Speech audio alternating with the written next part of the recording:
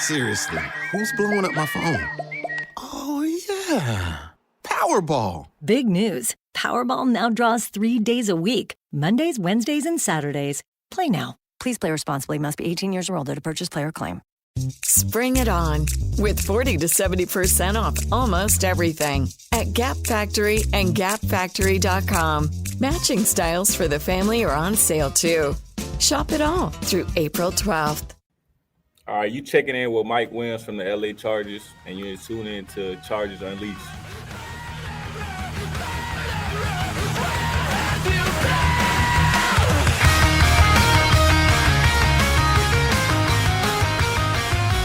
Welcome to another edition of Chargers Unleashed. Jake Hefner and Dan Wolkenstein here with you from the LAFB Network. Today's show, of course, is being brought to you by Charger Bolt Family, MyBookie, UFC Fit in Temecula, and Golden Road Brewery. Oh, Dan, just when you think it couldn't possibly get any worse. Oh, It's bad enough that we all had to witness a couple weeks ago with the Baltimore Ravens absolutely shellacking the Los Angeles Chargers and having to sit with those emotions going into the bye week. And then as things progressed on, you thought, okay, here come the adjustments. We made a couple of moves for special team free agency. You think that you're going to at least correct some of the mistakes that have haunted you the first several weeks of the season. And by God, I would have rather have gotten my ass kicked 10 times by the Baltimore Ravens than witnessing what I witnessed against the New England Patriots yesterday.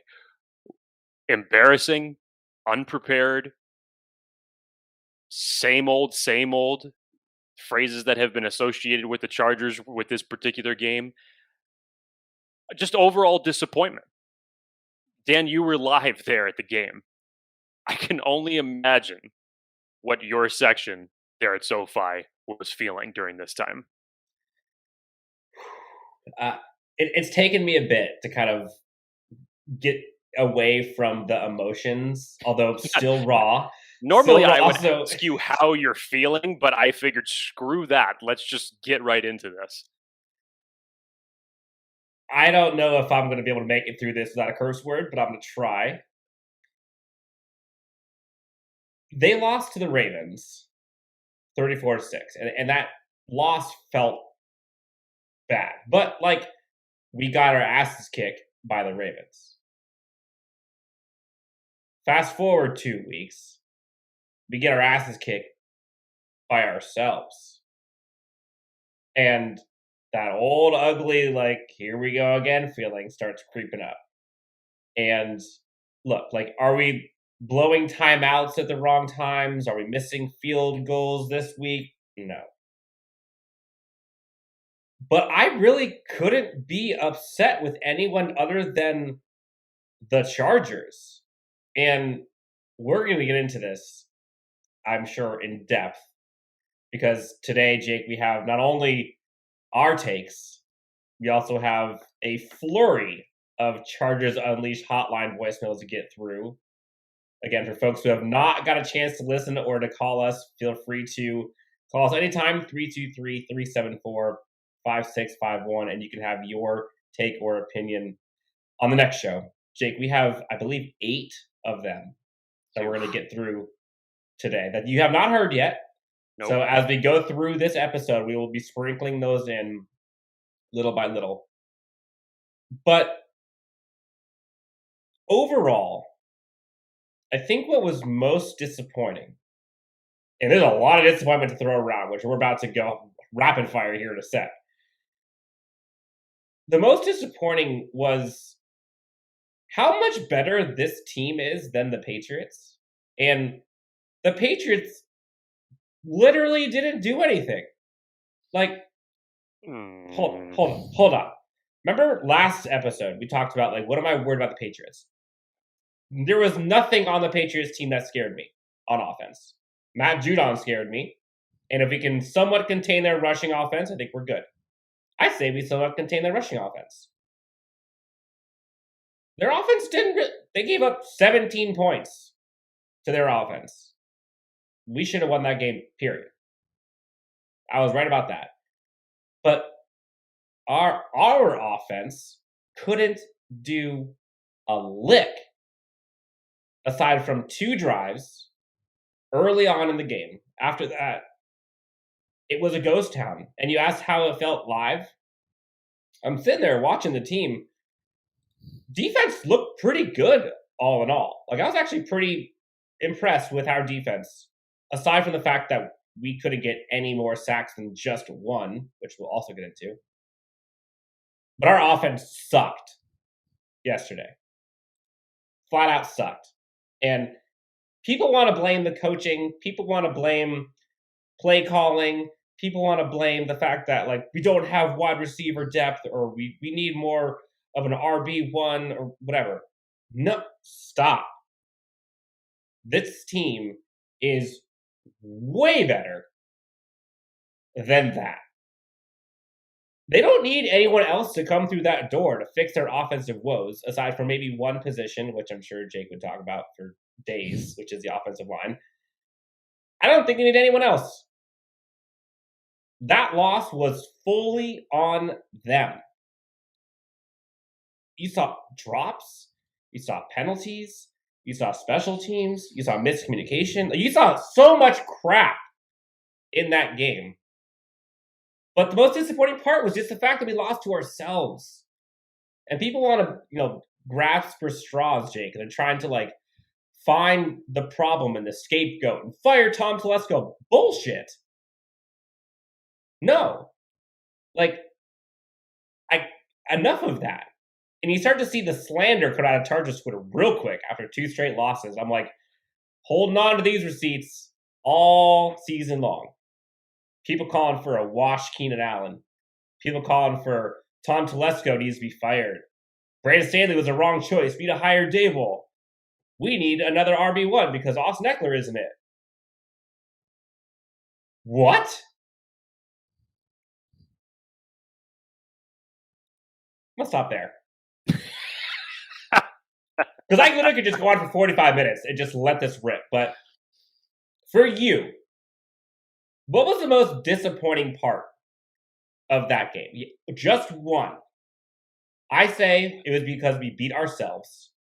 What say you? It felt like a loss that the Chargers would have had from last year. I think that's why it looked so bad. That's why it looked so disappointing and unfortunately all too familiar, which is why I think everybody is reacting the way that they are.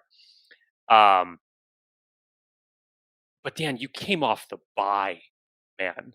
Bad luck. One thing that I will not shave any criticism for this team collectively, and I don't put blame on solely one person, coach or player alike, because it was a collective effort for what was put out on the field. But you came off the bye after getting demolished. And this is how you came out. Give credit where credit is due. As much as I can't stand the man, Bill Belichick is still one of the best defensive-minded coaches in the league. And he came prepared. And he came with aspects that the Baltimore Ravens threw at the Chargers a couple weeks earlier. And he came with aspects that he brought defensively against the Chargers in the 2020 matchup in their 45-0 domination win against us. Mm-hmm. Bill Belichick, aside from a win in 2008, has owned real estate no matter what city the Chargers have been in. Whether it's San Diego or Los Angeles alike, he owns real estate. He knows how to play the Chargers well. And it's like the old phrase goes that was about the Patriots for the longest time. They make you make mistakes and make you beat yourself. And sure enough, they did that. They did that. Very, very uncharacteristic game. Justin Herbert, man. Mm-hmm. Say what you will about the coaching and this and that, and I'll get to that in a second. But Justin Herbert looked lost yesterday to me. It just is weird for the way that they started this game and the drive that they were able to put up. And then what followed afterwards. Justin Herbert, for that standpoint, was obviously being harassed at the line of scrimmage. They threw multiple different likes at him to confuse him, as well as our offensive line, more specifically the right side. They came creative. They came prepared. They came with those stunt blitzes that affected Justin Herbert a year ago. They were ready to go defensively. And I will say this. It is they are lucky from the standpoint that Mac Jones did not connect on some other passes that unfortunately ended up going incomplete, because this game could have gotten much more out of hand. Defensively, I thought it was a good effort. Damien Harris, 80 yards rushing, was the same amount that he had against you a year ago. He still ended up putting up one in the end zone. The running game to me was not as much of a focal point. But even still, and as much as that correction seemed to be, that I won't say fixed, but improved, Mac Jones looked like he had all damn day to throw that ball. You didn't get Mac Jones off the snide whatsoever. Zero. Joey Bosa on the other side getting double and triple teamed once again. That shouldn't be. Can much someone of a surprise. step up and help him? Somebody. There you go. Unfortunately, we don't have 11 Joey Bosas and Derwin James on this team. I didn't see anything else coming from any other players in reality. I didn't. One Jerry Tillery and that was right, and that was the disappointment. Other than that, Mac Jones looked extremely comfortable, stepped up as a rookie, did not seem the moment didn't seem too big for him. And even though he wasn't perfect, he completed the passes that he needed to complete. Mm-hmm. And the Chargers were trying to make him beat him, which that's granted, that was the right formula to do. But he didn't even seem rattled back there because nobody was getting close enough to touch him. So real quick. So I kind of want to go through a quick recap, but just more so, Jake, the recap on like where things went wrong and how this is a matter of like beating themselves. So why don't we get through the first half? We'll do a couple of the voicemails. We'll get to the second half. We'll do 2 more voicemails. And then we'll go on to kind of what went wrong, how can we fix this, trade deadline talk, all that jazz. Buckle up, grab your favorite libation. In short, it's going to be a long show. Yes. So, Jake, got a new kicker, got a new kick return. We actually made all our kicks. One of the lone positives, Jake was on the money. It was bold enough and outrageous to be sold, but hey, if there's any takeaways, I would rather have a victory than my fucking bold prediction come true. Dustin Hopkins makes all his field goals, makes all his extra points. First quarter, Jake. I know we talked about Justin Herbert having an off day, which it wasn't his best day by a long shot. Who do you blame for batted balls? Is that an offensive line issue, or is that just chalk it up to kudos the defensive line? It's a little bit of both. You always wonder why the hell up, I think, 3 or 4 of them.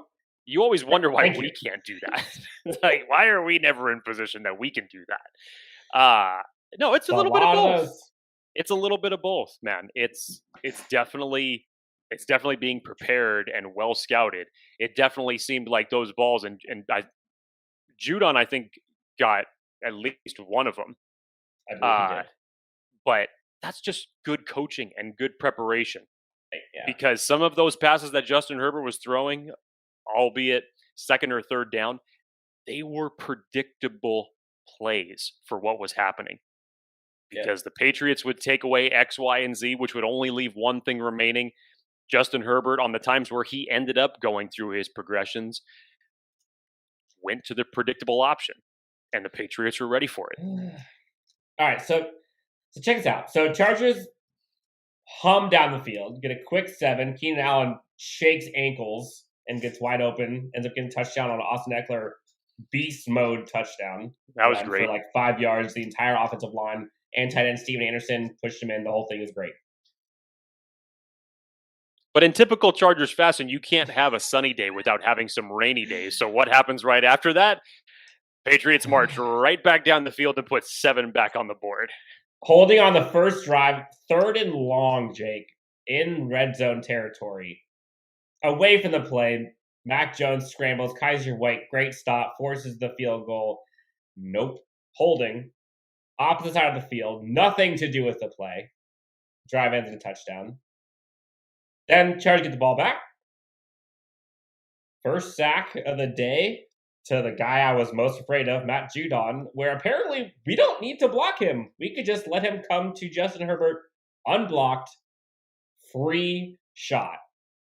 Thanks so much. Come again. You and I could have been a better offensive lineman on that possession. I will not be that arrogant to say different, so I will say no. But Storm Norton had a bad. Go back and watch that sack. Literally, nobody's within 4 feet of him. They chipped down for whatever reason. No idea why. Donald Parham's like, what am I supposed to do here? I don't know. Great question. All right, second quarter. Chargers go up 14-7 with like 12 minutes left in the third. Wonderful. Then force them to punt, and you're like, okay, we can go up 21-7 here. 3 and out. Your man, Gunnar Olszewski, which we'll hear his name a lot. Man, he had kick returns all day long. And none of them were like, game scoring, but like 20, 30, He ended up 10, having 50. 80 punt return yards. Ridiculous. So our defense, again, like you said, actually does pretty well. Then beating ourselves, Justin Herbert, next offensive possession, runs into his own lineman for the sack. And then the next play throws a dime to Mike Williams, who then drops it, / is stripped by, I forget who it was. I think it was Devin McCourty, I believe. Punches it out, forces the punt. Chargers defense forces another 3 and out. Minute 50 left, deep in the second quarter. Chargers can go up 21-7 and the half. Great. What happens? Eckler tips the pass. Goes right into good old friend Adrian Phillips' hands for the INT. New England then drives down. 1-point game, 14-13 at the end of the half. And after this, I'm thinking, man, Chargers had a real crappy first half. Somehow still leading by 1, I guess, but all right, we should be good. And as we all know, we were not good. So, that's the first half. And that's the better half, which is the worst part. Jake, let's get into some of these voicemails. You ready? Let's hear it. Again, Chargers Unleashed hotline was Liddy City, as they say. I think we had 8 or 9 voicemails. So we're going to have to get through these. So we're going to kind of go rapid fire through these. We'll go 2 at a time as we get through. Jake? If you are sensitive to anger and profanity, just know that this is the disclaimer. I don't know what is about to be said, but I can have a good idea. So prepare yourself to hear certain things and prepare accordingly. Okay. First one from the 818 area code. Let's hear what they have to say. Oh, boy. Yo, what up, family? Both up, family, both gang. What's up, everybody? I mean, tough loss, but hey, we need to make a trade before the deadline. Like, for real. If not, Phillips needs to go at the end of the year. I think it's time to make trades. In the middle of the season, man, we got the pieces, but our run defense needs to get better so we can stop that and late in the game so we can have late game opportunities. But yeah, just Hakeem Hicks to the Chargers, please. But yeah, both up, we'll be good. We got Philly next week. We should beat them. No doubt. Let's go both up, baby. So, Jake, fire Tom Telesco. We're good. Hakeem Hicks. Rush defense sucks. It's like a roller coaster of emotions in like 5 seconds. Look, I have an interesting feeling about this trade deadline.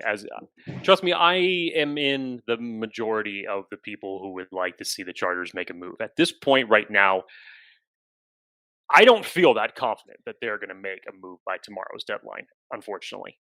And let's just say this. I think people, much like they were for like the kicker situation, considering that Dustin Hopkins was our 11th kicker since 2017. To remember how it was just like, dude, just sign anybody. Just sign anybody and we'll be happy about it. I feel it's very similar type of emotions for this trade deadline. It's just like, do a trade. Forget who the hell it is. Show us something. Send every draft pick you got to try to do something. Has Telesco done it in his tenure? No, he hasn't. I know that that's something that we've all been clamoring to do, and the Chargers are... If the Chargers were sitting at a 6-1, 7-1 record, maybe they go get something like Aaron. Maybe they ended up winning this game. If they ended up getting to 5-2, it would probably make a hell of a lot more sense. It really does. I'm just thinking to myself, especially after what the Rams did today with Von Miller, how much draft capital are you willing to part with? And tell me one person that is going to fix your problem. Because as much as I would like to say that the rush defense is the only problem of this team, it is not. The last time I looked, Akeem Hicks plays along the defensive line. He does not block for Justin Herbert. And that is, unfortunately, another big problem that we are dealing with right now. So the bitch about this entire situation is that everybody says, oh, Telesco never does anything. He never does, X, Y, Z. He should be on the phones calling people, blah, blah, blah. Who's to say that he doesn't? Yes. Has he made the move? No. I understand the frustration of that. But it takes two to tango, people. It takes two to tango. Everybody was bitching about why Telesco doesn't make a move to Jake, why did he go after Von Miller? Well, let's get the obvious out of the way. Denver would never deal Von Miller inside his own division. Number two, the Broncos are in a position that they need to rebuild and need to acquire draft picks, possibly for a certain quarterback in the future for them. So they're open to negotiations. Now, if you're the Chargers and Von Miller was available and the Broncos were dumb enough to give him to you inside your division for a second and a third round pick, I'm sure that would be the case. Hey, Dan, if you were Tom Telesco and I was the Jacksonville Jaguars and I called you up and I said, look, we really need some safety help, I'll give you our next 3 first-round picks for Derwin James. If I'm the Jaguars? If I'm the Jaguars calling you up. If you're the Jaguars, okay. If I'm the Jaguars. Ooh, I'm not. I don't want to. Right. But it's like, okay. You wouldn't do it, A, because it's a premium player. But you'd consider it. Now, if I was John Elway and I called you up and I said, we need some safety help and we want to give you 3 first-round picks for Derwin James, you're going to hang up that phone before he even gets done telling you that sentence. I'm giving them the number to Liberty Mutual. And all I'm saying is that, unfortunately, it takes 2 to tango here, people. It does. Mm-hmm. It is not solely just on one GM. Any one GM that would be irrational enough to come up with some bogus draft day style of a trade offer does not exist here. This isn't happening. So in that circumstance, if you know how much Tom Telesco values his draft picks, and that's fine, I can understand people having the criticism for that and wanting him to make a trade. But just tell me this. If it's not Akeem Hicks, and it's not a right tackle, who do you expect the Chargers to give away a buttload of draft picks for? And is it going to be enough to acquire a player that is going to immensely fix the issues that this team has? Because those are the type of players that the opposing teams don't want to give up. So, who are you going to find? Spring it on with 40 to 70% off almost everything at Gap Factory and GapFactory.com. Matching styles for the family are on sale too. Shop it all through April 12th. Nurses showed so much love to my niece, Piper, when she was born. Their care for her inspired me. So I decided to switch career paths to nursing and enroll in Marian University's Accelerated Nursing Program. Designed for non-nursing bachelor's degree holders, it offers a 16-month path to a nursing degree and blends online and hands-on learning with clinicals at Ascension St. Vincent. What are you made of? Search Marion ABSN to learn more. Your options in this circumstance are very limited. And that's the other hurdle that the Chargers have to get over. And the other part, before we get to the next voicemail, Jake, is people have to think about what is the goal for the team in trading for someone right now. We'll talk about it in a bit, but think about that. Like, are you trying to get a Super Bowl? Are you trying to offload cap? What are you trying to do with this? And would that actually fix the problem? Sneak peek, no. Jake, let's get to the next one. For the 570 area code. As we get started with these, Jake, we did put out the question, like, okay, how do the Chargers fix the problem? And a lot of the voicemails are going to be about like ways the Chargers can fix the problem. I'm sure there are also going to be some about just venting and emotions and frustrations. That's what I'm expecting. But the theme for me that I would like to at least try is, as we go through all of the negativity of what happened during this game, let's try to be productive.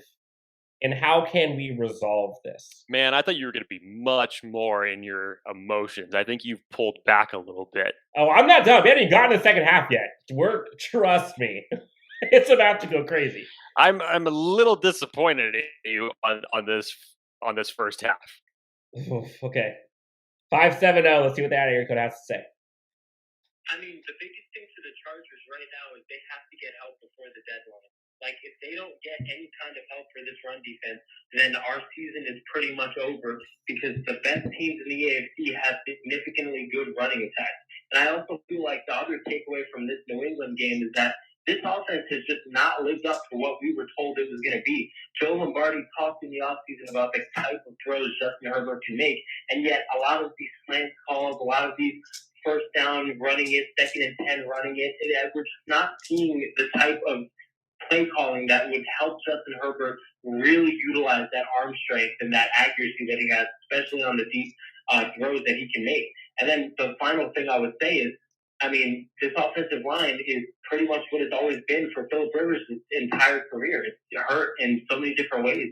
And there's the holding call from Matt Filer. There's all these different mistakes from our tight end group, which is, supposed to help us out, but Jared Cook doesn't turn around. I mean, just that front line of scrimmage on both sides of the football has been really bad so far this year through 7 games, and we really need help on the defensive side of the ball. Okay, real quick. Shitload of problems, isn't it? Real quick. Guys, the run defense was not the problem yesterday. Like, it was It was a problem, but in like the priority of problems, that ain't it. Stop. Like, I think we held him to under 4 yards a carry. Like, that wasn't the issue yesterday. There's a lot of other issues yesterday, but that wasn't it. In terms of trade deadline, and Jake, we talked about trade deadline on the last voicemail. I think both of us would agree, if there was one position that we would like to go after, it would be offensive line. Would you agree? Well, at this point, it could be more than that. I think for the longest time, we've been talking about something at the defensive tackle position, the interior defensive line. No, I'm saying most important position right now that I think could help the most. I would say, yes, I would agree with that. Offensive line, all of a sudden, to me, has become more valuable than the interior defensive line. Again, I think getting Justin Jones was some help. It's obviously not the entirety of the answer that needs to happen with this team. But I think that's kind of your safeguard here as far as what this coaching staff, if they end up making a trade, I think that they would side more towards a right tackle, because it's either Storm Norton or Trey Pipkins at this point. I don't know yet what the team would like to do with Brendan Hymas Brandon Staley's already been approached with that question several times, and they said that they're bringing him along. I don't know. I don't know. Obviously, something has happened in practice on the field since training camp that Storm Norton has obviously been second in the line behind Brian Bulaga for that position.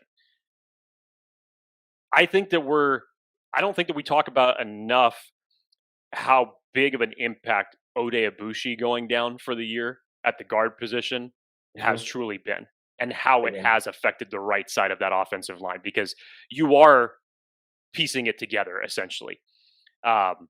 What you have in reserve and how you've reshuffled that line, it's definitely been a factor the last 2 weeks. So what do you do? I was just thinking about this over the last 30 seconds, especially when the voicemail was playing. My approach on how people are looking at this trade deadline for the Chargers, think of a broken water pipe. And the first thing that you say to yourself is not, I'll call a plumber to fix it. I'm just going to take some gum and hopefully it plugs the leak. And that's not going to do it.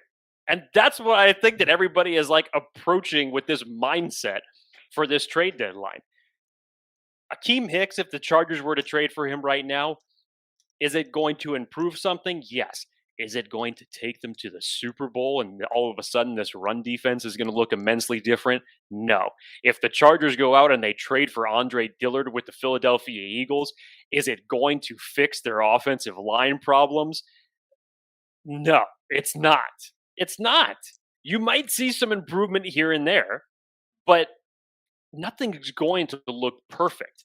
And no matter what, with this fan base, people are still going to find a way to be irritated at something, because there are more problems than simple personnel.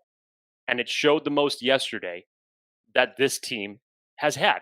And it sucks because it's fundamental problems. Excellent transition, Jake. Let's get into the second half, shall we? Go ahead. Okay, so we've made it to third quarter. Chargers are holding on 1 point lead. I texted you at this point and said, I don't feel confident. No, yeah. That was about the time that I sent that text message. This is when the text messages start flowing in from Jake Hefner. Again, defense was good. 5 minutes into the drive, which, again, defense gave up a long drive to the Patriots to start off the third quarter. But it's one of those bend but not break, make him go down the field, and hopefully you can force a mistake. Alohi Gilman, forced fumble. Nazir Adderley recovers it. Chargers offense gets the ball right back. Sweet, we can go up 8 points. What do we do, Jake? 3 and out. Follow that up, Jake. Chef's kiss. Special teams comes reared his ugly head. Matt Judon hits the punter, Ty Long. Hallelujah, trying to get the ball back. Nope. Kick catching interference. What? Why are you even anywhere near him? Not only does that take away a possession. Oh, but by the way, another kick return. Gunnar Olszewski then gets 30 yards on a punt return. Stealing possession again. 3 and out. Missed possession. 30-yard return. All in a minute.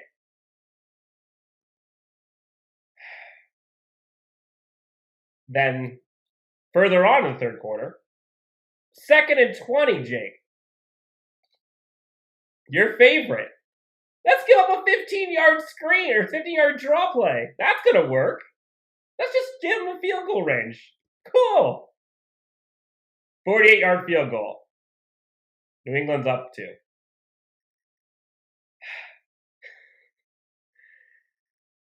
Oh, got any more in that gas tank? Oh, here we go. Late third quarter, Jake. Jeez.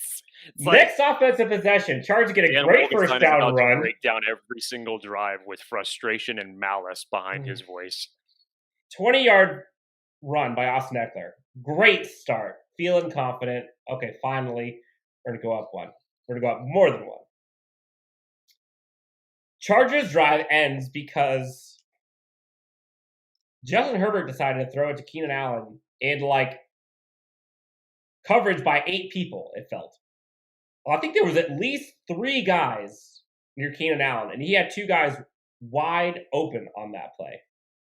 But I think the Chargers were a little shaken at this point, Justin Herbert especially, and was just eyeballing Keenan Allen the whole way.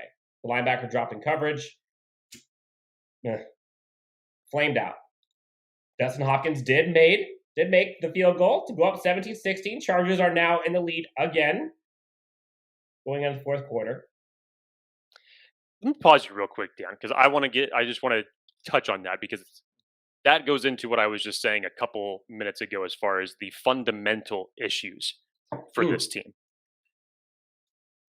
I don't know what Justin Herbert is doing when it comes to third down, but he is, to me, especially these last 2 games, he has not seemed like he is going through his progressions well enough.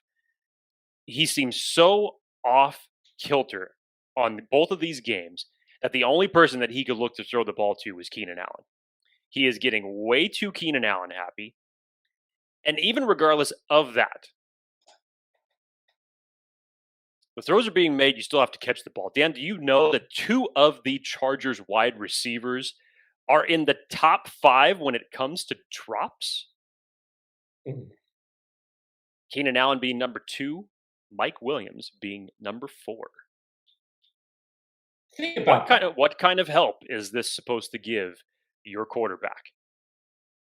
To Justin Herbert's fault, it's yes, some of the times I can't understand why he's looking at Keenan Allen's direction when he has 2 or 3 wide receivers right around it, because that must mean that someone is wide open on the field or at least in single coverage, which to me gives me a hell of a lot better chance than to throw it to Keenan Allen and as opposed to going to someone else. But at the same time, these wide receivers, Keenan Allen, Mike Williams, Jared Cook, even, I believe Jared Cook is second among tight ends in drops, if we're talking about drops. There's not any help being given to their quarterback. Austin Eckler had a ball that he should have caught that ended up getting tipped for an interception. There was just mistake on top of mistake on top of mistake happening yesterday. It's a good point. It's a good point, Jake, because you're not going to replace Austin Eckler. You're not going to bring in guys to replace snaps from Keenan Allen and Mike Williams. Like, they got to just catch it. Yeah. And that's the other thing to me is, look, Joe Lombardi and Brandon Staley's responsibility, I don't have their resume in front of me, but I could damn sure figure out that it does not include either of them going on the field and catching balls from Justin Herbert. I don't think that's on their resume. Remembering the right route that you're running as a tight end. Right. Which we'll get to. Their responsibilities for their loss in this game go only so far. You cannot blame the coaches for the drops and the miscommunications that they are having. That's on the quarterback, the wide receivers alike. That's their problem. And that's where they share blame in this loss. But it sucks because we're talking about fundamental issues. And it didn't just happen once. That obviously happens in every NFL game. It just seemed like this was a slow bleed of the same type of problems, drive after drive, opportunity after opportunity that the Chargers got throughout this game. If it makes us feel any better, like this feeling we have right now seemingly came every single week last year. And like some of the games we won in spite of, but still, like we felt this way every game.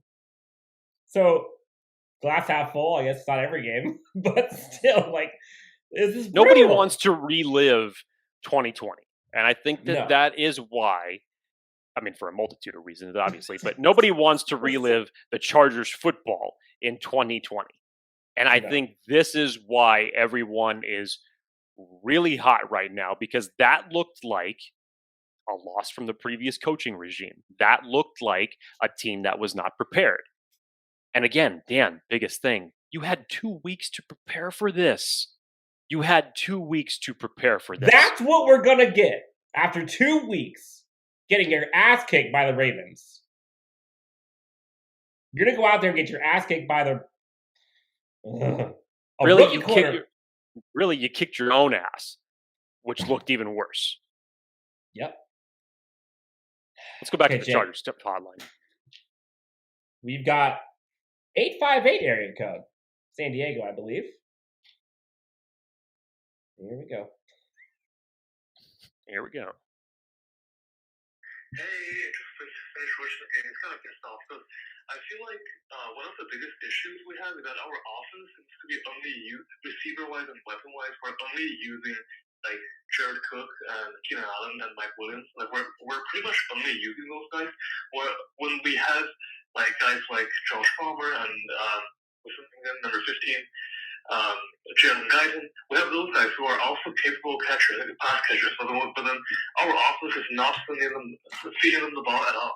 And I feel like our run game is not as good as we thought. Like maybe we should use a better running back, but that's a different story. But I think the key thing that in our passing games we're too predictable in terms of our passing games, and yeah, and also the drop issue. I think drop issues can be fixed. Like with proper coaching, it can be fixed. Because I watched the Texans a few years ago, and they had Will Fuller, and Will Fuller had great hands in the beginning, but his hands were coached up, and he was making catches and making contested catches, and he wasn't dropping balls at all. But then I think like guys like Keenan Allen and Mike Williams, they all should have the potential, or even the other guys like Jalen Guys and those guys, they all should be able to catch balls like consistently. Like it's something that you can, like hands is something that you can definitely coach, and like it's not about making fantastic catches. It's more about just making routine catches and being consistent. And like we're being way too inconsistent this year. So that's like some of my takeaways. That's what I felt like most. And I think there's definitely more, but that's the thing that I felt like. That's a fair assessment. You know, Brandon Staley said today in his press conference that Keenan Allen's problems with drops is a complete aberration. It's an anomaly. Which is true. Normally, Keenan Allen is like super glue. The man catches everything that's thrown his way. And I'm not going to say that I'm overly concerned about Keenan. Hell, I'm definitely not going to say that he's washed. Like, give me a break. Because if we were to walk up right now and say, look, man, it's so easy. You throw the ball and you catch the ball. Any NFL player is just going to come up and smack you right in the face and make you think it's that easy. Yes, it's a hell of a lot easier said than done to say simply just catch the ball. But for me, if we want to highlight around Keenan Allen, the man is being draped by 2 or 3 defenders at almost all times. And this was one of the things that the Patriots made sure that they either took away or put the Chargers in a predictable situation, because they put the Chargers in 3rd and long very, very often throughout this game, which in the Chargers realm limits their playbook for what they call. They know Justin Herbert's tendencies. You look to your safety valve. You look at Mr. Automatic on 3rd down to catch the ball. And when he's not catching the ball, you got problems. Pack it up. But that's only one problem in itself, because if you get in the next 3rd down and long situation, you might want to look to someone else. You might need to understand that they're keening in on this tendency that you are starting to get predictable on. Look, remember when Tom Brady and Julian Edelman played for the Patriots and it would be like 3rd and 8 play? All of us sitting down on the couch knew who the hell it was going to. It was either going to one of 2 guys. It was either going to Gronk or it was going to Edelman. Most of the time, that was the case. And most of the time, they caught the ball. So when it's going in that type of a fashion, and, you know, don't go away from it. If it's not broke, don't fix it. Okay, good. But when it's broke and it's not there, you need to look to somewhere else to make it play. And to the second point that he was making, real quick, Dion, when he was talking about Jalen Guyton and Josh Palmer really not being involved until that final drive at the end of the game, which 100% agree with, where the hell were these guys throughout the game? I know that they were active. I know that they were on play calling. Yes. I know that they were active. I know that they were out there. I think we definitely need to see more of Josh Palmer. I expected to see a hell of a lot more from him throughout the beginning of this season, especially by this point in the season. But this raises the other question to me, because another player that has been talked about in trade talks with the Chargers has been one Deshaun Jackson. I ask the question, even if Deshaun Jackson is acquired by this team, based off of what you've seen, do you really expect Justin Herbert to throw him the ball? I'm just saying. I would hope so. I mean, yeah, but like, there's no evidence. You'd hope so. And it's a damn shame on one receiver that, does not like to, or at least Chargers fandom does not like to hear this name being brought up, because it's a sore subject. But there was a certain player that was on this team prior to the beginning of the season that was a pretty fast receiver and kind of a deep threat, and kind of worked. Almost went for a touchdown every time he got the damn ball. So there's an element to your offense that clearly has been missing. But at the same time, do you really trust him that he's going to throw it to whichever guy is going to be that next guy? Is he going to be utilized in the offensive scheme? I have no idea, because there are so many layers to it than just the Chargers and going out and acquiring somebody. Matt from Jersey called in, Jake. Let's hear what Matt from the 609 area code has to say about that wonderful performance by the Los Angeles Chargers. Oh, man. Hi, it's Matt from New Jersey calling, man. I don't know what to say after that game. Can we please fire Joe Lombardi? Because every week he tries out the same offense, runs on first down, pass on second down, sets us up for the long third down, where we don't convert, and then the offense just looks stagnant. Can't blame Herbert. Can't blame anybody else besides Joe Lombardi. Still has to grow some balls with firing. Maybe Darius Swayze too, because the coverage, our punt coverage is disgusting. Our kick coverage is disgusting. It was a terrible time the last 2 weeks to be a Chargers fan. Okay, so to wrap it up, Lombardi should get fired. Switten should get fired. It's a fire sale in Chargers. That solved all our problems, apparently. 2 losses, and everybody's ready to blow it up. Now, I'll say this. Yes, the predictability of the Chargers play calling was definitely still there. I didn't see anything different. And maybe this is part of the disappointment, Dan, and definitely something that I hold over Joe Lombardi and Brandon Staley's head on this, is that we heard Brandon Staley was going to be more aggressive on first and second down. We didn't get that yesterday. Well, okay, hold on. I think at least 2, I want to say maybe 3, of the batted balls all came on first down. Okay. So that's 3 times where the Chargers were actually doing what they said. And for whatever reason, because the Chargers can never get this happening to them, batted balls taken away. Now, predictable, maybe. Like, did Bill Belichick think, all right, they're probably going to throw more on first down, so let's get our hands up, ready on first down? Maybe. But, like, they kind of did. There wasn't, like, that part I'm not going to take truthfully. Because I didn't feel that in that game, the Chargers lost because they were running it on first down.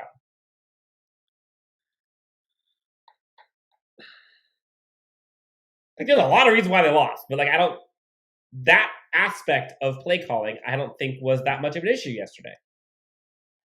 Dan, if I remember the down correctly, I think it was 3rd and 7, maybe 3rd and 6.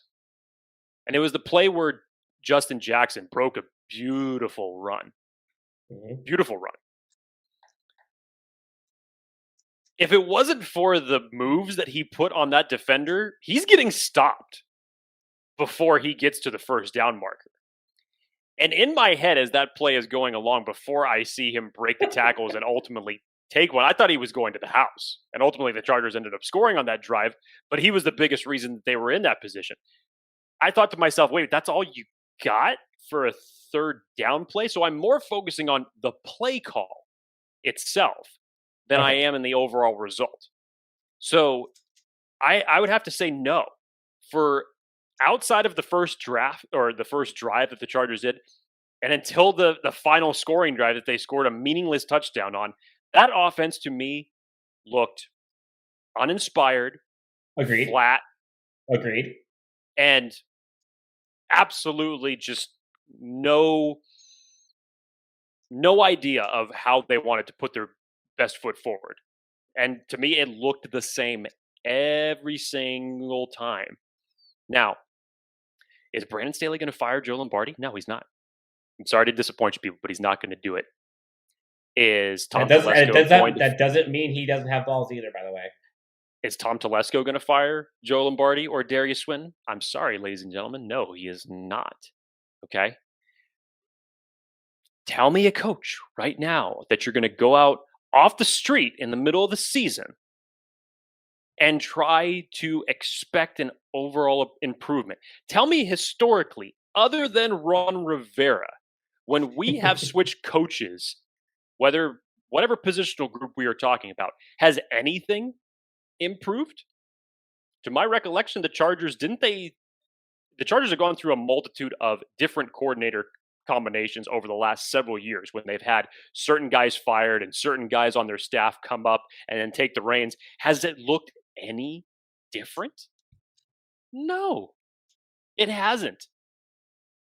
You could say that Joe Lombardi is going to get fired tomorrow, and I guarantee you that there is not going to be anybody that's on this staff that's going to make this offense look dramatically different. You want to fire Darius Swinton? Great.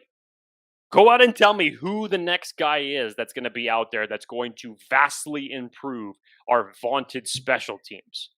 And I'll listen. If you have a viral replacement, tell me, because I don't know who it is. That was my point earlier. Is it's super easy to sit here and tell me like, oh, you should fire so and so, and you should get rid of so and so, and you should cut so and so. But like, what's your solution? You can't be like, oh, well, anybody's gonna be better than Lombardi. No. And 3 weeks ago, you were saying Lombardi's going to be like the next coach in the NFL because of how great he's been, and all of a sudden he's going to get fired. Like, come on. We haven't even gotten to the fourth quarter yet, Jake. Still on quarters? Yes. God. All right, last one. 619 area code. Shout out San Diego, by the way. Jonathan. Let's see what Jonathan has to say about this wonderful Chargers performance. Hey, Dan. Hey, Jake. Jonathan calling from Fullerton, California.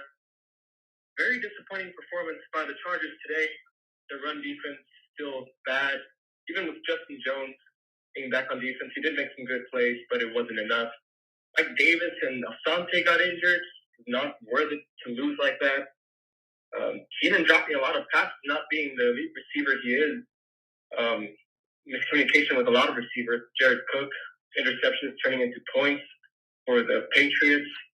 A lot of Justin and receivers committing a lot of errors on both sides.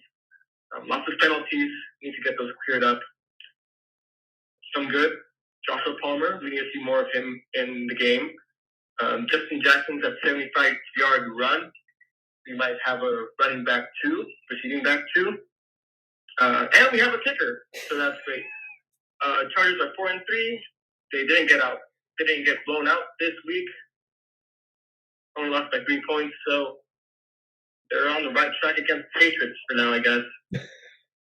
On to the Eagles. Hold up. That was such a weird shift in how that call started and then how it ended. I mean, it was like he vented all of his emotions in that like 20 seconds. Like, okay, now I got all that out. Now I'm just going to concentrate on, hey, let's move on. We're good. Let's move on to the Eagles. But look, there's one thing in there. There's one thing in there that he said that I've been saying for several weeks. I have been arguably the harshest critic about this rush defense, and I've been doing it since July. I have always felt uneasy about the depth of this defensive line that we had behind us. And Justin Jones obviously was a big part of that, because you take the top three, Jerry Tillery, Linval Joseph, and Justin Jones, he is, without question, the best run defender out of those three. And when he was out, this rush defense, while it still was not vaunted in defending the run, it took a big hit. And so the Chargers would hemorrhage some more when it came to defending the run. Justin Jones, ladies and gentlemen, I said this before he came back, said it weeks ago. He's not going to magically fix something. It looked better, yes, but this is not going to be some type of dramatic improvement to where the Chargers go from worst in the league to by the end of this season, they're going to finish like 11th. It's not going to be like that. They are going to remain at the bottom half of teams in run defense. And I assure you that before this season is done, you're going to see teams having rushing games much like it was with the Baltimore Ravens, with the Cleveland Browns, with the Dallas Cowboys. And I tell you now, unfortunately, that even with Justin Jones back, and you go out and you want to acquire another interior defensive lineman, it's still not going to be a dramatic improvement on this team. Oh, man. How are you going to fix this run defense? I advise you to start looking at your interior draft prospects for the NFL draft. Don't get Jake excited. Get me excited, because I love me some draft talk. Go look at them, start looking at them now, and hope to God that the Chargers can acquire one of those when it comes to draft time. Or look at free agency, because the run defense problems do not get fixed until 2022. Well, Jake, we're on to the fourth quarter. Biggest problems rear their ugly head today, right now. So, Jake, like I said, for the most part, Chargers defense did their job. Aside from one drive, which we'll get to in a bit, unfortunately.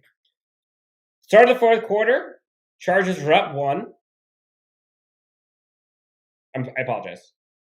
Yes, Chargers up 1. Derwin James, huge stop, flies off the field. The whole defense goes over and shakes his hand. Everyone's excited. But then Jake.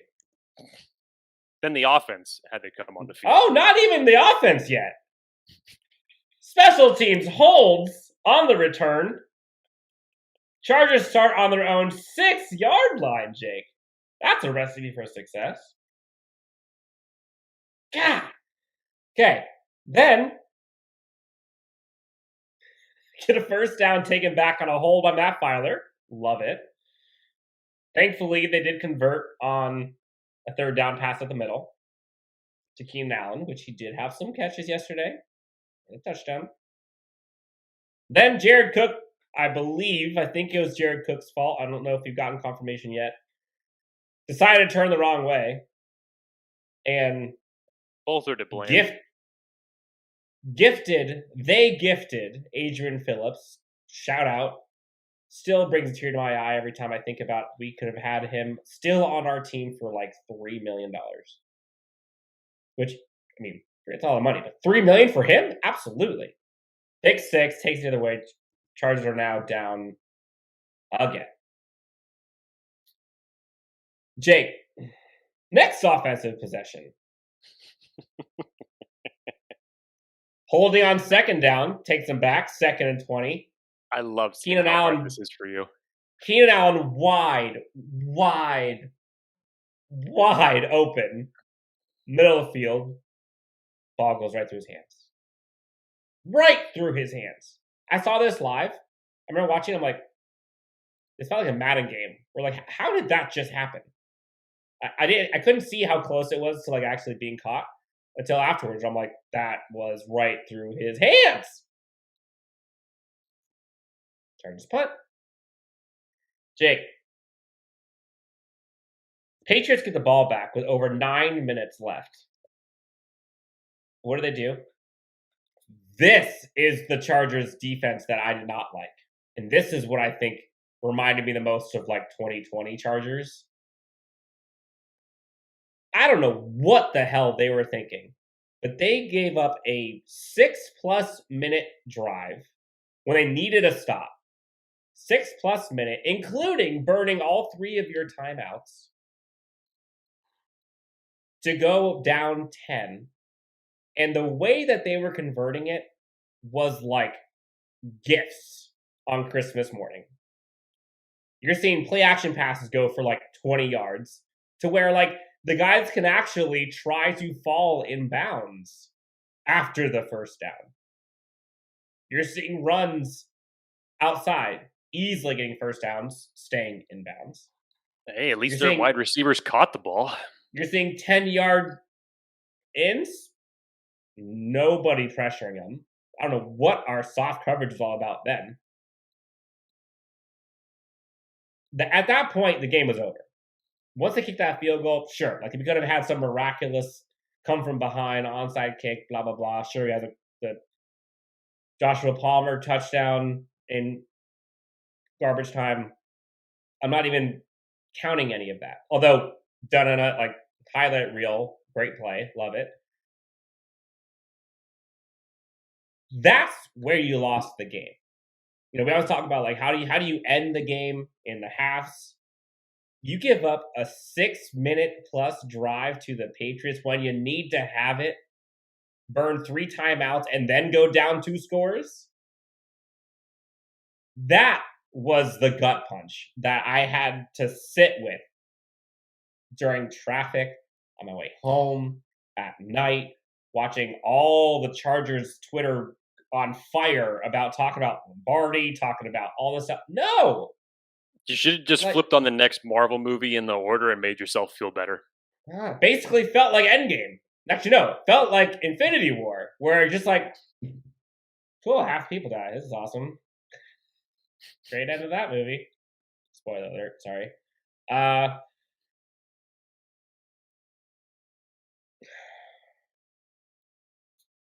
We have to criticize appropriately. We can hold people accountable. We can be upset. But, like, let's be smart about what we're talking about here. Like you said, Keenan Allen dropped balls. Mike Williams dropped balls. Jared Cook ran wrong routes, potentially. Austin Eckler dropped balls. Our offensive line held. Special teams sucked. Like, none of that has to do with Lombardi. Or Staley, in my opinion. None of it. Maybe of all of the coordinators, Switten's probably the one of the hottest of hot seats.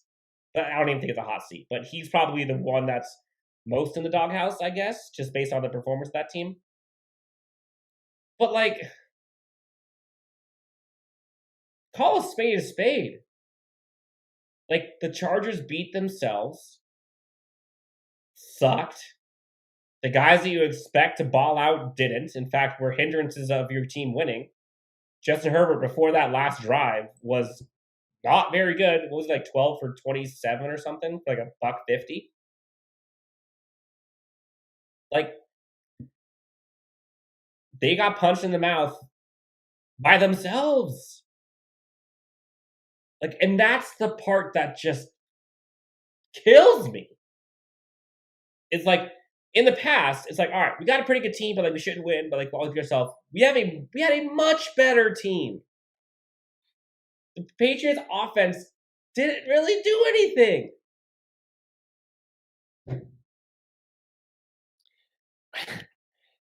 When you said punching him in the mouth, you just made me think, okay, Baltimore, it was like when Mike Tyson punched Allen in The Hangover and you were just out. It's like, okay, that made sense for that to happen. This one felt like Edward Norton in Fight Club, where he just kicks the living shit out of himself inside of his boss's office. But this felt more like a traditional Chargers loss. And I hate that we could call it tradition, by the way. You know what? And unfortunately, it's become that, Dan. And that's what you have to be real about. And that's where you have to understand that people are all up in their feelings, because this is what they've had to endure. And that is why that I come to the defense of some of these criticisms that come out there, because they don't like hearing this type of phrase where it's, typical Chargers loss, or same old Chargers. Here we go again. This is what always happens. And with the New England Patriots, the way that they have absolutely destroyed the Chargers for the better part of a 20-year span, they make it look really bad. Really, really bad. Not 2006 bad, but they make it look really, It's just really rubbing salt in the wound. Right. Exactly. So that was a traditional type of Patriots win where they don't have to be perfect, but they can tread enough water and put points up on the board. And then at some point, they're going to get you. They're going to make you do something stupid that they're going to take advantage of. 11 points was scored off of turnovers yesterday. That's the game. If those things don't happen, we may be talking about a Chargers victory today. And you look at those 2 turnovers, again, this isn't like Eckler fumbled the ball and you could say, like, you need to coach to hold on to the ball better. Like, tip pass, interception. The second one, miscommunication at best. At worst, someone ran the wrong route or threw it the wrong way. Turns into pick six. Anytime you give up a defensive touchdown, like, you're probably not going to win that game. Chargers most of the time you don't. Dan, I think you need to transition just for a second. Let's just, table this for the next 30 seconds. Take a deep breath, collect your thoughts, because I know we still have a few more calls to get to. But let's give credit where credit is due, and that is not obviously with the Chargers, but that is with one of our great sponsors in MyBookie. If you guys tuned in to UFC 267, I'm sure most of you, because it was on ESPN Plus, Glover Teixeira, new light heavyweight champion, defeating Jan Blachowicz. Great fight. Did not see that coming. Wow. And if you were using MyBookie, hopefully you made some money off of it. But do not fret, because you get another opportunity very quickly. UFC 268 is this Saturday. Kamaru Usman versus Colby Covington 2. If you have been following that rivalry, you know what that's about. It's a hell of a stacked card. Should be very, very excited about it. So don't wait to place your wagers. Go over to mybookie.ag. Use the promo code LAFB. That's LAFB. Do it now. Thank me later. Bet anything, anytime, anywhere with MyBookie. All right, Jake. We're going to fly through these last 3 voicemails, okay? We're going to play them rapid fire. Can you play them, at the same time in succession so I can just watch? I guarantee you there's going to be, if you play all 3 of them at the same time, at some point they're all going to say the exact same thing for 2 seconds.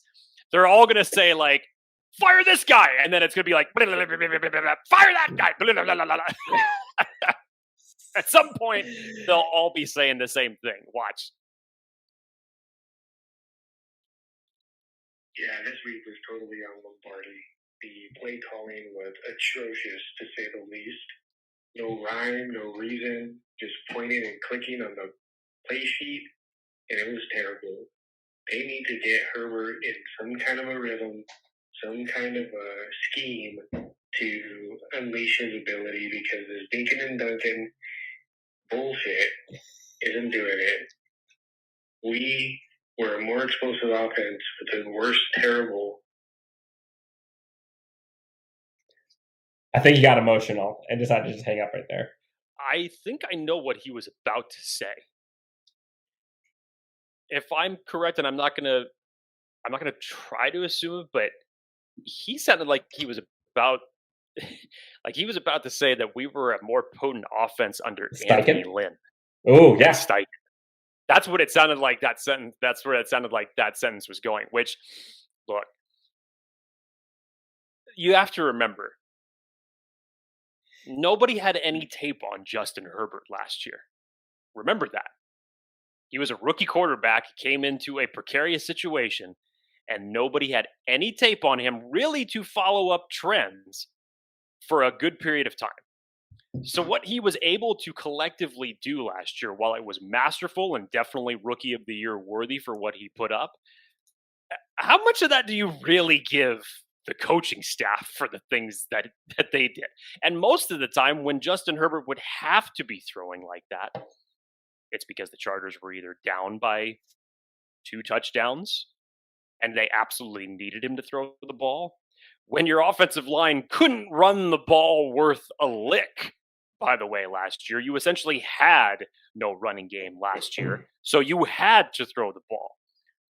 But to his point about Lombardi, I mean, how much more do you want to beat a dead horse? I mean, it was a flat game plan. Yes, it was atrocious. Yes, it sucked to see the same type of vanilla, predictable offense over and over and over again throughout that game. It was just like Chinese water torture. It was just small, little drip, little drip, little drip. You're going to sit here for the next 3 hours and a bunch of commercials and watch shitty Chargers football is what you're going to watch. And you're not going to move. And you're going to stand here right in front of the TV to watch it. That's what it felt like. So, look, every team has their bad games and their bad flows. Hell, Tampa Bay lost 4 straight games last year at one point, and everybody thought that was the end of Tom Brady. And look what the hell has been done since then. Mm-hmm. And we are now talking about a situation. Look, we are not the Jacksonville Jaguars.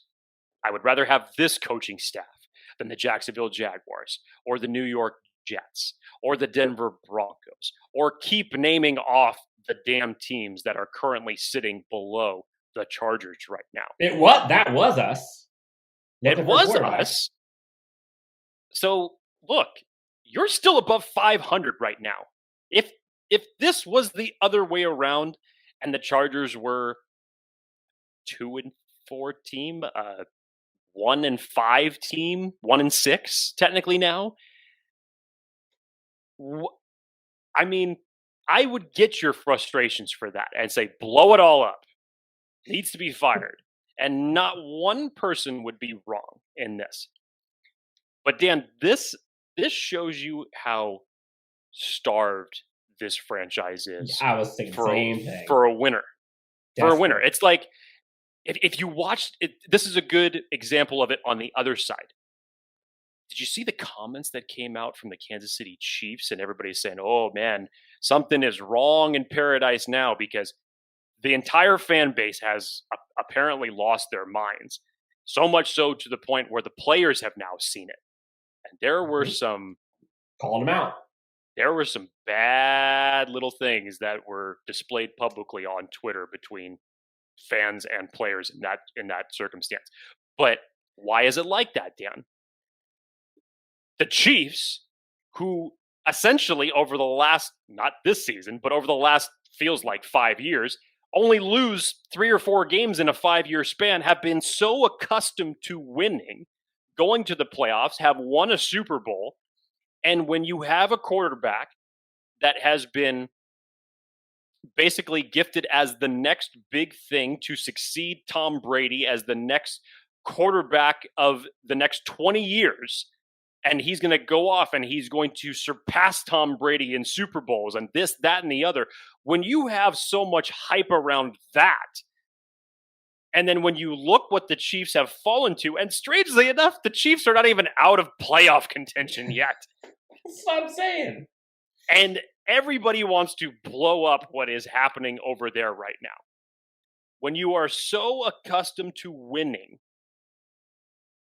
when things start to go bad, even for a short period of time, there's a great quote actually from The Dark Knight that Heath Ledger said.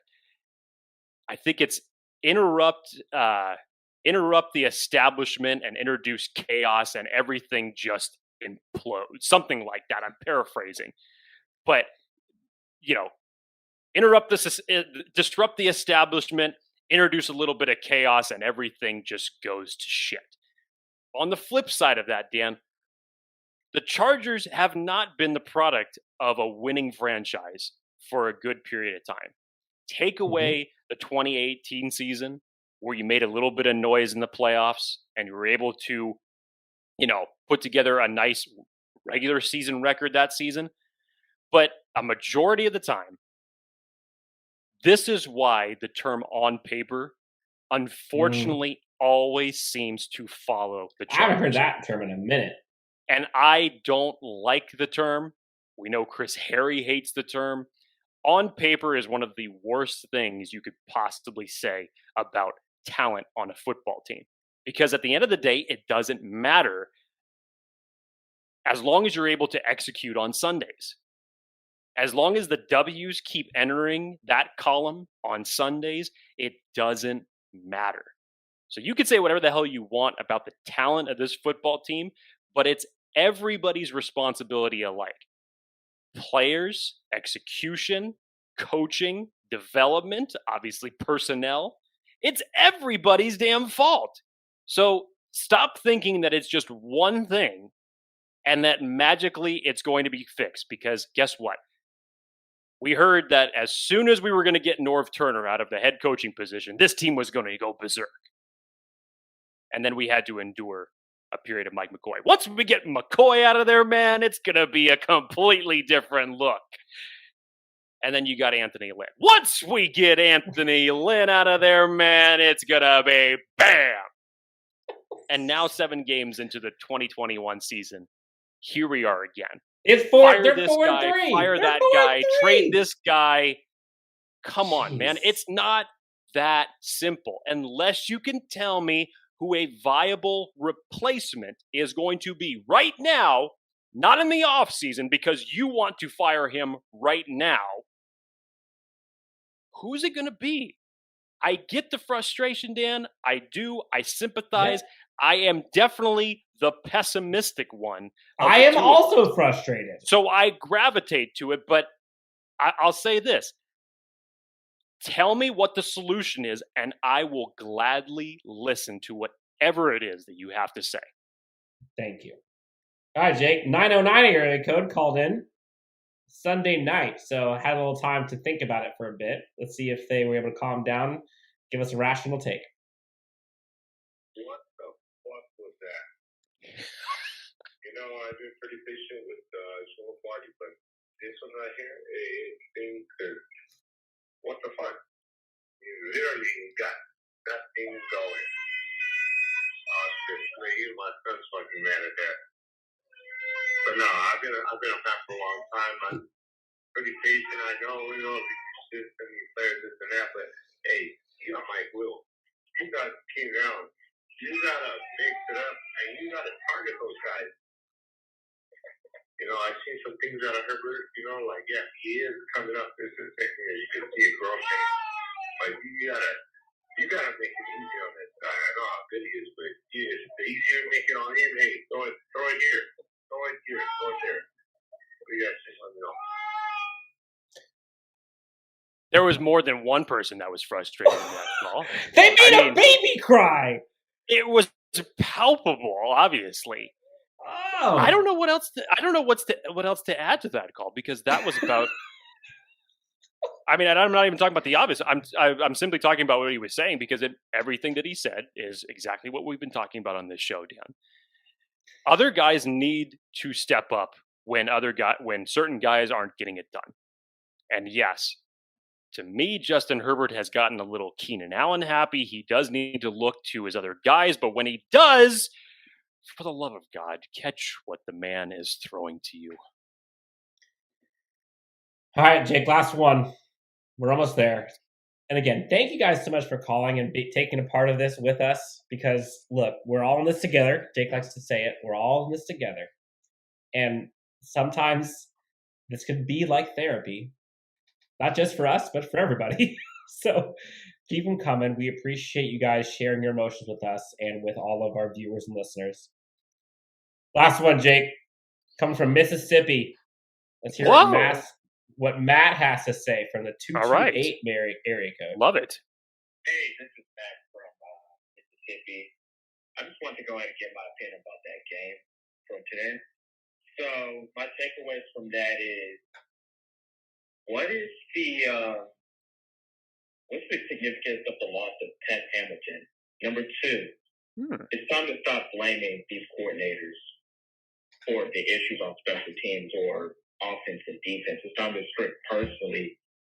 strictly on the personnel of the defense, offense, and special teams.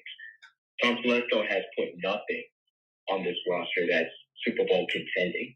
And it's been like this for the past 5+ years.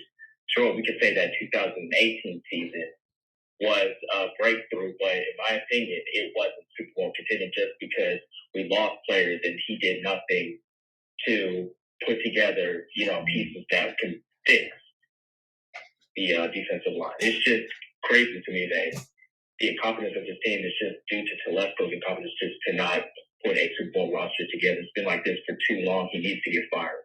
And now, all right, thank you. Let me know what your take is. It's fair criticism. Strong words. It's fair criticism. I don't disagree with it at all because, yes, from a standpoint of personnel, and if we're going to highlight what he was talking about as far as the special teams go, yes, personnel is one thing. But I'll tell you this.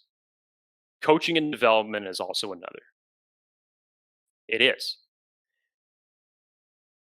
You look at certain players that burn out with teams that they're drafted by and they go on to somewhere else and all of a sudden they start to flourish.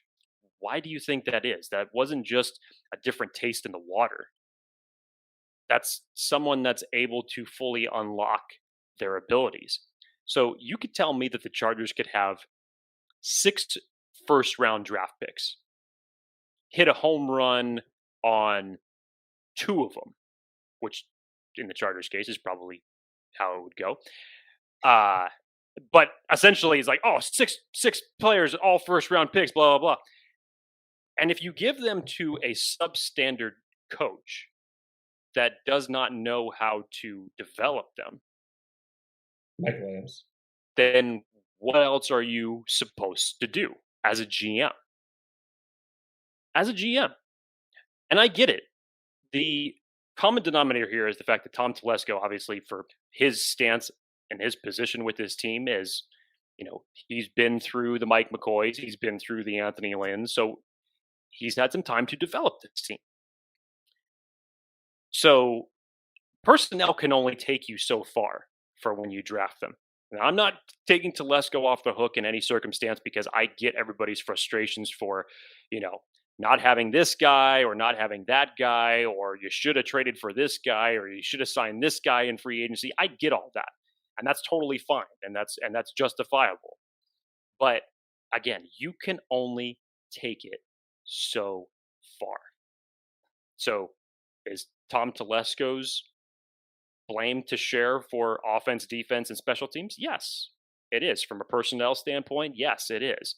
But it is not solely his fault because the last I checked, it does not have Tom Telesco as defensive coordinator or offensive coordinator or head coach or special teams coach on this team. Or wide receivers. Or wide receiver. So that is on them. You put your trust in your coaches to develop your players properly, and unfortunately, for certain situations, it's not getting done. The part that frustrates me about this, blame on Telesco, I think that there is certainly blame to be had about maybe his struggles with third-round picks, or the day 3 picks that aren't coming in as much as they should. Trade deadline. I get it. Valid. I would have liked to see something over his tenure where he's making some type of a play like this for somebody to come in and fix a problem. Yes, I would like to see it. But where I draw the line, Jake, is when people go using yesterday as a microcosm for why Telesco should be fired. Because if you pull that string, hold on. You pull that string, okay? I'll go that way. Jake, the reason we lost yesterday, I would argue, was because of some critical mistakes, mainly by your stars. Austin Eckler, I don't think was a bad draft pick. Dropped a pass, turns into an interception. He wasn't drafted at all, but I get your point. Brought in. Sorry, free agent. My bad. Undrafted. Mike Williams. People were shitting on him until this season, which, to your point, you need someone who can actually develop them. So now are we saying Mike Williams is a good pick or a bad pick? Like, which one are we going to go with? Because the last 3 years you're saying is a bad pick. Before last week, we said he was a great pick. Now we're saying Tom Telesco's a bad GM. Keenan Allen, I think, is a pretty darn good receiver. I don't think that was a bad pick. Keenan Allen dropped some balls yesterday. Is that on Tom Telesco? I don't think so. Now, Tom Telesco could be to blame a bit for the Adrian Phillips being the guy that intercepted it, but that's for a different story. Tom Telesco didn't do any of that. And that's with your star players. So you're telling me that if you had a different GM, we wouldn't have Keenan Allen, we wouldn't have all the other players? Like, it just isn't that simple. Now, there is blame to be had about like the underbelly of this team in terms of depth. And a lot of that, you can say, there's always this argument, like, is it personnel or is it coaching and training? And I tend to believe, I mean, it's both, but I tend to believe that in the past, it has been more that we have not been able to bring these guys up. I don't think we had people teaching them like fundamental stuff like we do now with this coaching staff. I want to touch on one more thing that he talked about, and basically his first question as saying, what were our thoughts on the loss of Pep Hamilton? I loved Pep Hamilton as part of this coaching staff. I think it was an extremely great thing for what Justin Herbert had for him as a quarterback's coach to be part of that staff. Now, I will say this. As far as his overall development goes, I don't think that Justin Herbert has done a complete 180 of his rookie season. So let's not try to take it like that. Also, let's be reminded that Justin Herbert has been on a coaching coordinator carousel for the last 4 years, going all the way back to college. He is equipped to adapt to that. He's smart enough to adapt to that. I would absolutely have loved it if we could have retained Pep Hamilton as our offensive coordinator. Hell, I would have liked to have seen it happen last year to inject something different, to see if we could have injected something different. That didn't end up happening. My point to all this is that at the end of the day, Dan, as you had said, yes, is there some blame to be made on the coaching and the coordinators and the lack of game plan, especially when you had 2 weeks to sit on it and prepare? 100%. But at the end of the day, you still have to go out there as players and execute properly. And Dan, this whole thing has just been really weird because I know you were mentioning the microcosm, and there's a point to that, by the way. Dan, as we said, this loss against the Patriots felt like a traditional Chargers loss. Chargers are going to charge you. They're going to shoot themselves in the foot at some point. It didn't feel like the ass kicking that was Baltimore. But look what the hell has happened over the last couple of weeks, just in the NFL in general. Baltimore kicks the shit out of us, then they lose the following week to the Bengals. All of a sudden, oh yeah, look at the Bengals. They're great. They just lost to the Jets. Everybody was high and mighty on the Tennessee Titans. Go out and kick the shit out of Buffalo Bills, and they come right back on a short week. Or no, I'm sorry. I may have had that backwards. 2 consecutive victories, Dan. Who did they end up beating just in a short time frame period? I can't remember who it was. But they had 2 really good, convincing wins. And then yesterday they were still able to get the win out over the Colts in a very bizarre overtime win. But then you just lost why am I saying that? Derrick Henry for the entirety of the year. And nobody is probably more valuable to their team right now than Derrick Henry. So look what just happened there. The Patriots went against the Saints, who lost their starting quarterback and still lost to a Trevor Siemian-led team. The Bucs. We should know who Trevor Siemian was. We used to play them in our own same division for a period of time. And the defending Super Bowl champions just lost to an offense that was led by that. So, again, my point is, talent only takes you so far. At the end of the day, you still have to go out as players and execute the game plan. Now, sometimes, in our case, it really seemed like there was no game plan yesterday. And the execution was even worse. But it goes hand in hand. It really does. For the Chargers, the blame is everyone, people. And simply by saying, fire this guy, fire that guy, trade for that guy, I'm telling you right now, is not going to fix the overall problems. Now, the good news, Jake, well said, by the way. The good news is we got into the game coming up against Philly. Are you cleansed? Are you on to Philly now? No. I'm going to draw my sour off. You sounded so convincing when you said it. No. No. But the team has an opportunity to right their wrongs. Got a trade deadline fast approaching. We'll see if they do anything. On the spot right now, Dan. Percentage chance. Do the Chargers make a move tomorrow? Yes or no? Go. 20%. 20%. Yeah, that's fair. Because honestly, I think the way that they improved, the only thing I could see them doing is offensive line, and I just don't see why they do it right now. Because I think their problems are internal. I mean, I think they have a good enough reason to do it now.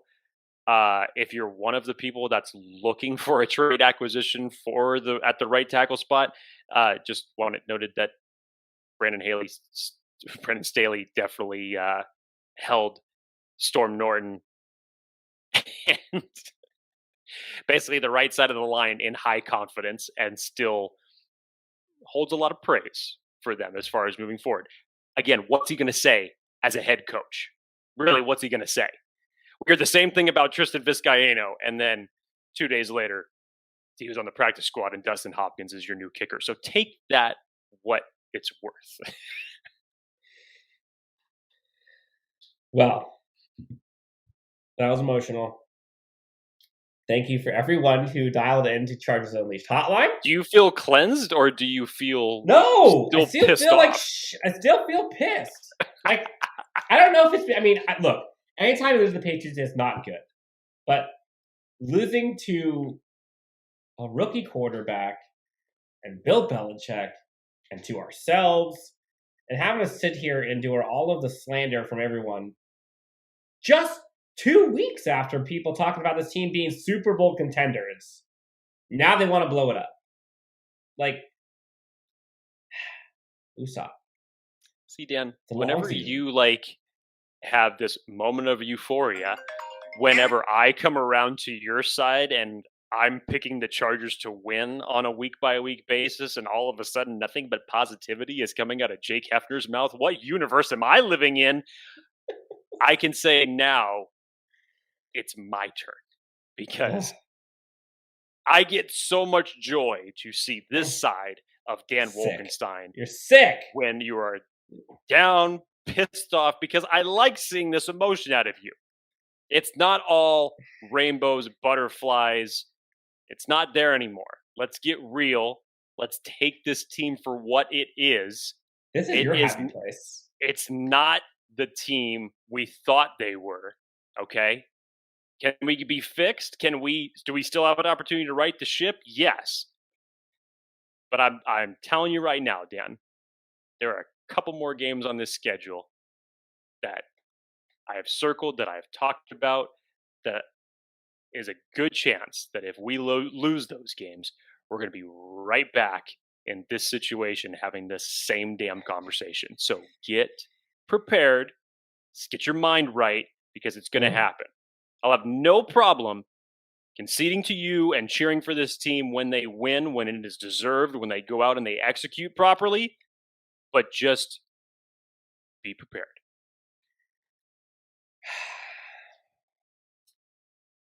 Man, that one sucked. That one just flat out sucked. But look, we're in California. I still love this team. And I think they have what it takes to kind of get over this. Again, there's bumps in the road everywhere. How you kind of overcome that adversity, I think tells a lot about you. I put all my eggs in the Brandon Staley basket right now. I think he's the guy. And if there's anybody else, I'd rather have than him right now. And again, it's a young season. The Chargers are still above 500. Like, for as much as people want to be negative, like, there's a lot to be positive for, even if it does not feel like that right now. And, oh, by the way, Jake, everyone would have been very happy if at the beginning of week 1, we said, hey, would you take 4-3? We'd all take it. At least the people who didn't think we'd be going, 7-0, because that's realistic. So, like, chill. We got time here, okay? We just went up against 2 amazing defensive coordinators and arguably the greatest coach of all time. Now we get to go up against the Eagles. Can't wait! All right, Jake. You can find him at Jake D. Hefner. You can find myself at Chargers Homer. Be sure to subscribe, like, follow everywhere you can find us on YouTube, Spotify, and anywhere you get your podcasts. This has been a rough one, but it's also been a real one. We try to be optimistic when we can, pessimistic when we have to. Jake likes to be pessimistic all the time. But we also like to try to keep it real and not sugarcoat things when we can. So, for Jake Hefner, Dan Wolkenstein, LAFB Network, thank you guys so much for tuning in. And we'll talk to you next time as we preview the Philadelphia Eagles and the Chargers matchup. Talk to you soon, guys. Have a good one.